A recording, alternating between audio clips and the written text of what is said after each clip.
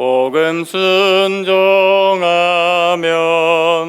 우리 행할 길 환하겠네. 주를 의지하며 순종하는 자를 주가 늘 함께 하시리라. 의지하고 순종하는 길은 예수 안에 즐겁고 복된 길이로다.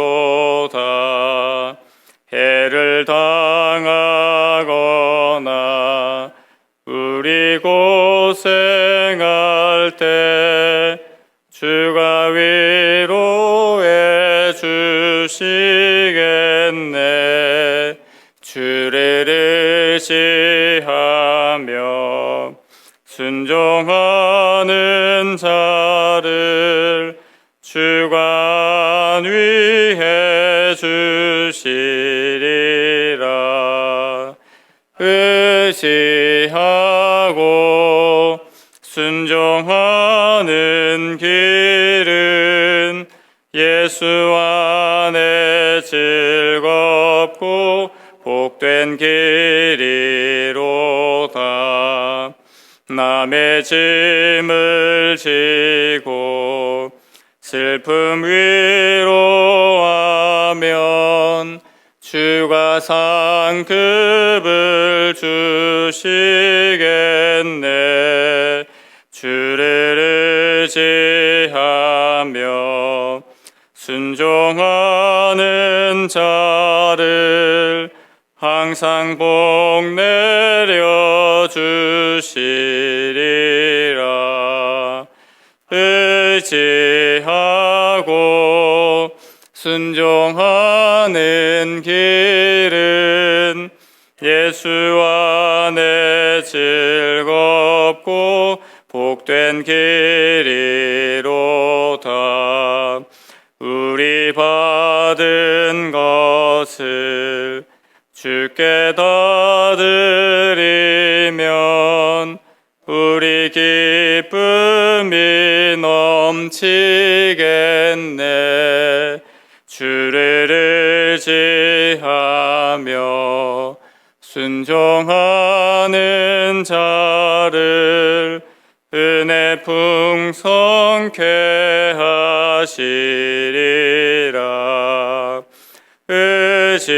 의지하고 순종하는 길은 예수 안에 즐겁고 복된 길이로다. 주를 힘입어서 말씀 잘 배우고 주를 모시고 살아가세.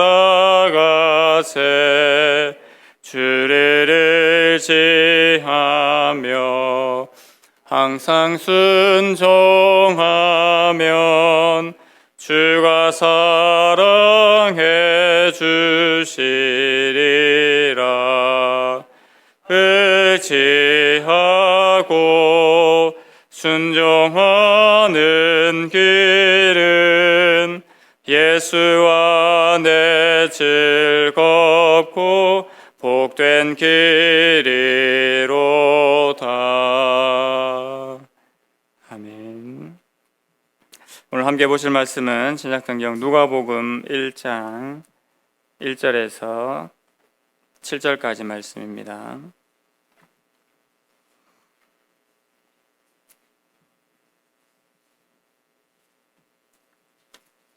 누가복음 1장 1절에서 7절까지 말씀.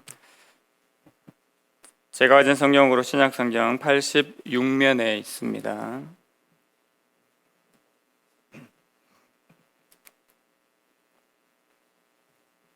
말씀을 한 절씩 교독하겠습니다. 1절입니다. 우리 중에 이루어진 사실에 대하여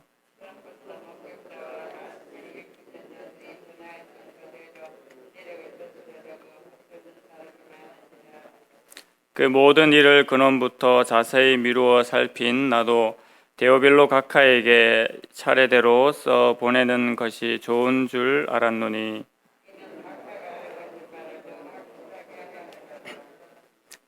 유대왕 헤롯 때에 아비야 반열에 제사장 한 사람이 있었으니 이름은 사가랴요 그의 아내는 아론의 자손이니 이름은 엘리사벳이라.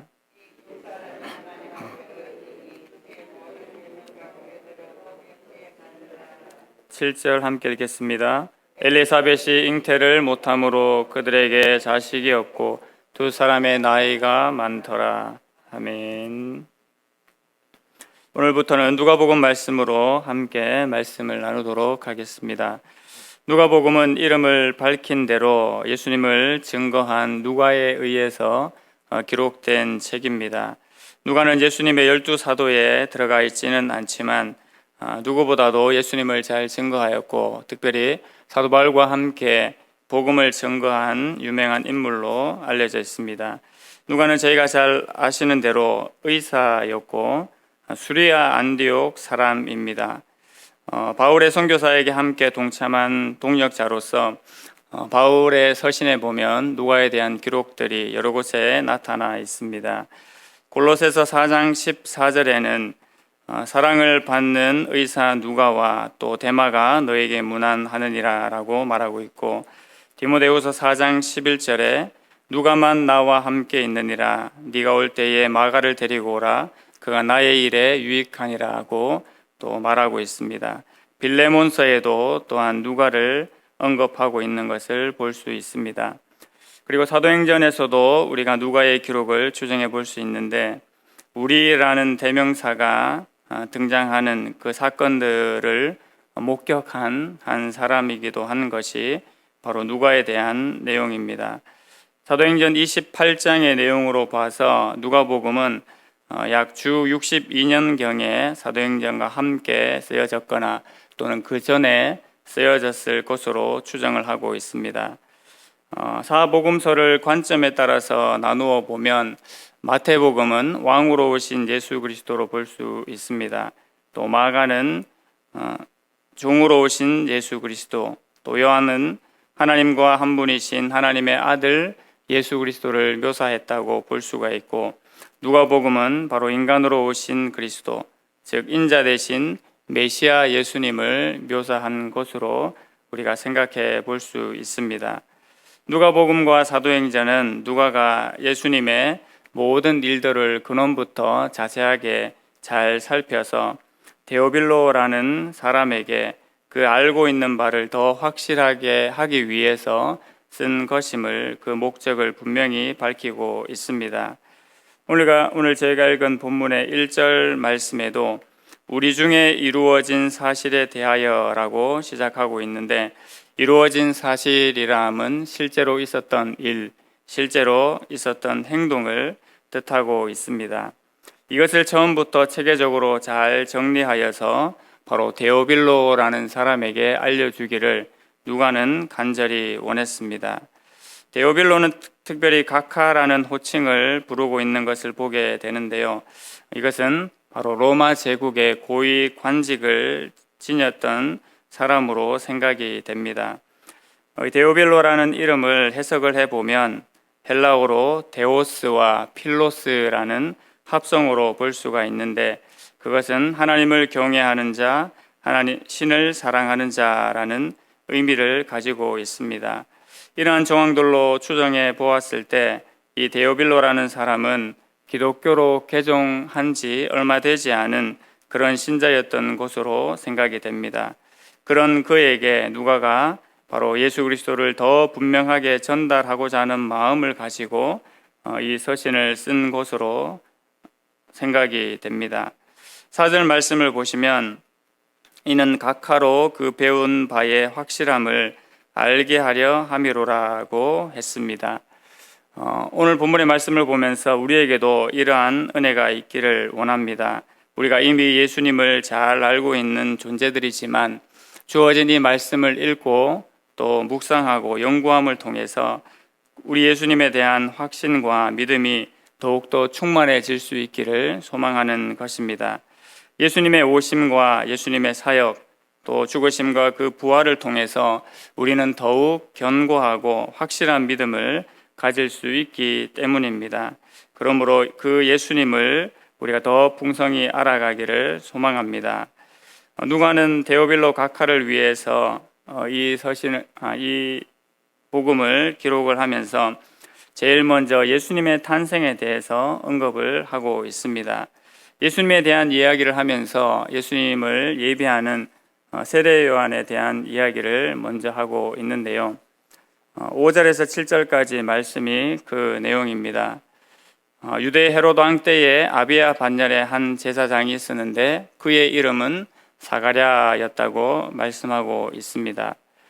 역대상 24장에 보면 제사장들을 24반열로 나누었고 그들이 곧 한 반열이 6개월에 한 번씩 성전에 들어가서 7일 동안 봉사하게 되었음을 알 수가 있습니다. 역대상 24장 4절 5절 말씀에 이렇게 기록이 되어 있습니다.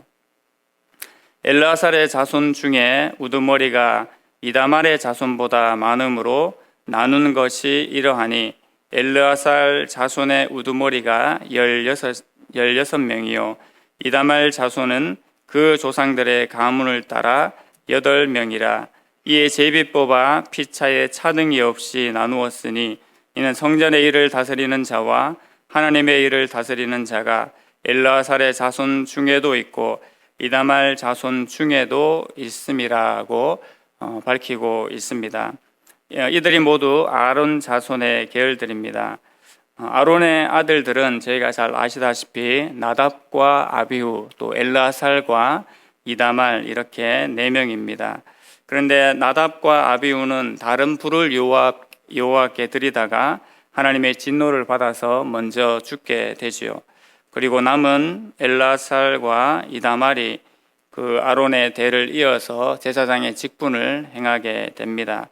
이 엘르아살과 이다말의 자손들이 바로 이 24반열에 속한 자들입니다. 오늘 5절에 나온 사가랴의 조상인 아비야는 바로 아론의 셋째 아들인 엘르아살의 자손인데 특별히 8번째 반열에 속한 자입니다. 역시 역대상 24장에 보면 이 반열들을 제비 뽑은 것이 나오는데 24장 10절 말씀에 7째는 하코스요 8째는 아비야요라고 그렇게 분명히 그들의 반열을 밝히고 있습니다. 사가랴의 조상, 사가랴의 그 전처가 어떻게 되었는지를 이렇게 밝히고 있고 그의 아내 또한 아론의 자손인 엘리사벳이었다라고 오늘 본문은 말하고 있습니다. 오늘 본문은 특별히 이 사가랴 부부가 의인이었다고 말하고 있습니다. 주의 모든 계명과 규례대로 흠이 없이 행하였음을 말하고 있지요. 이것은 그들이 도무지 죄가 없었다라는 말은 아닙니다. 다만 계명과 규례를 흠없이 행함으로 사람들 앞에 책 잡힐 일이 없이 하나님을 겸손히 섬겼다라는 의미입니다. 이것을 보면 우리가 무엇을 알 수 있겠습니까? 의인은 다른 것이 의인이 아니라 하나님의 율법을 잘 행하는 것이 의인임을 우리가 알 수가 있습니다. 그리고 그들에게는 어떻게 보면 약점이 있었는데 그 약점은 바로 나이가 많도록 아이가 없었다라는 것입니다. 하지만 이 아이가 없는 것이 범죄함에 대한 이유가 아님을 우리가 알 수가 있습니다. 그들이 온전히 하나님을 섬기고 하나님 앞에 살아갔기 때문에 이 약점이 죄로 인한 것이 아님을 역시 우리가 생각을 할 수 있습니다. 세상 사람들은 이 내용을 보고 하나님 앞에 경건히 살아갔지만 특별한 것이 없는 평범한 그 두 부부의 이야기로 받아들일 수가 있습니다.